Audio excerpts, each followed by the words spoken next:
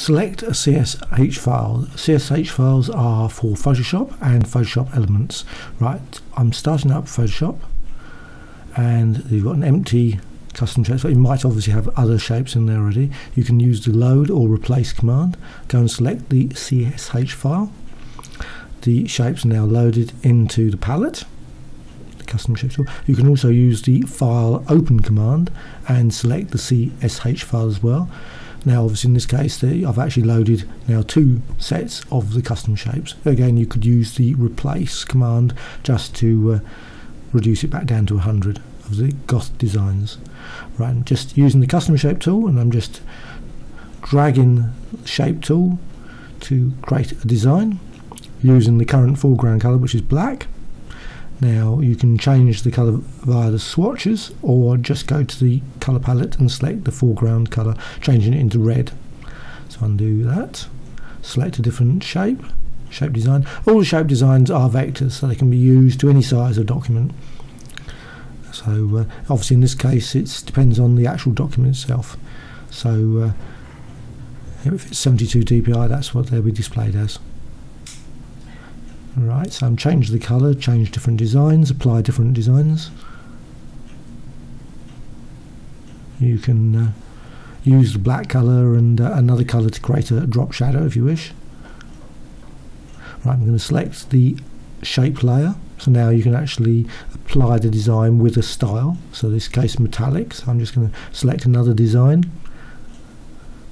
Again, it still keeps the current style, which is metallic. I'm just going to apply a gel or another gel, but of course there's thousands of styles available on the web, and you can apply various layer effects to modify that. So I'm just adding a stroke to the shape design. Now I'm just going back to the usual fill design, select the ellipse tool, apply a quick background for the design, so it's going to be a grey circle. Go back to the custom shape tool and again select another design, so you can apply it obviously with multiple different backgrounds. Of course you can use different design elements in the background. You can maybe have photos, whatever, and just apply them in thousands of different ways. You can use them as a small element or as the major parts of the design. So I'm just dragging the design there, and I'm just going to define the shape as a brush. You can actually use the shapes as a great source of brushes. I've just defined brush stroke. So I'll just select the brush there, so now I can just click using the brush tool that uses the old design. Now obviously that's a raster, so it's not actually can't be resized particularly well. That's the one good thing about custom shapes, they can be resized without any real impact. Right, just create a couple other shapes, change the colour. Now I'm just going to go to the edit, and I'm just going to do a selection, then edit, define pattern, and now let's just save that pattern, and I'm just going to go to the layer, new fill layer,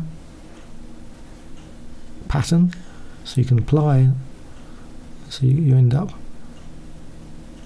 right. So now you can rescale that, move it as well, you can modify it, change that in many ways.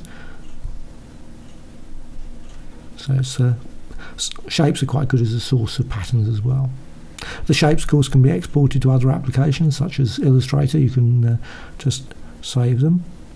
Also you can save them as a PNG file or a JPEG if you want to save them, and then save them to say like Paint Shop Pro or whatever. In this case I'm actually transforming the layer design that I've just created. It's one with a gel, it's a shape layer. You can warp it and distort it. Now I'm just going to go to the various selection tools, point selection, so you can actually modify the individual points of the design, so you can create a fairly unique design. If you want to save it, you can actually go to the edit and define the custom shape and save that actual design as a new shape. You can also curve design by convert the point.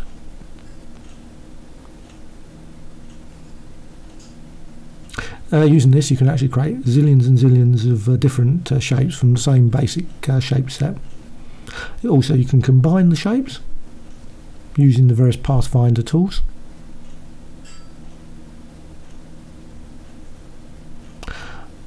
You can also apply the shapes using different opacity. Also, you can use various filters on the design. So I just applied a shape, and now I'm just using a blur. Just adding another design, so you can create a sort of shadow to the custom shape.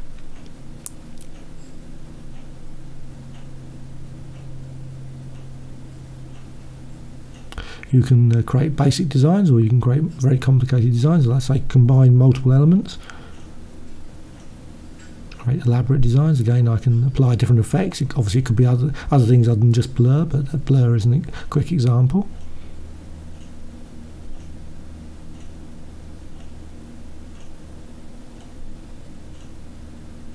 I'm just going to create a quick background design. Now change the opacity to 45%. So change the colour, so you can just see that it's not. And now I'm just going to also use the blending mode. So it can be difference or a darken, whatever. You can use the shapes that way. So all these designs are actually from graphicextras.com. I mean, there's millions of other shape sets available on the web, but this one's a goth shape set from Graphic Extras. You can also use them in a filter called shape blur, so you can just basically select a shape design. You can change the radius of the blur. So I'm just going to put a quick background here.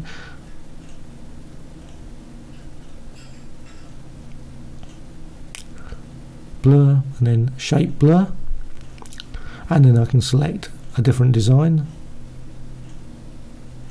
Click OK at that point. Takes a few minutes, a few seconds, just to quickly apply the blur, but it's useful for creating unique blur designs.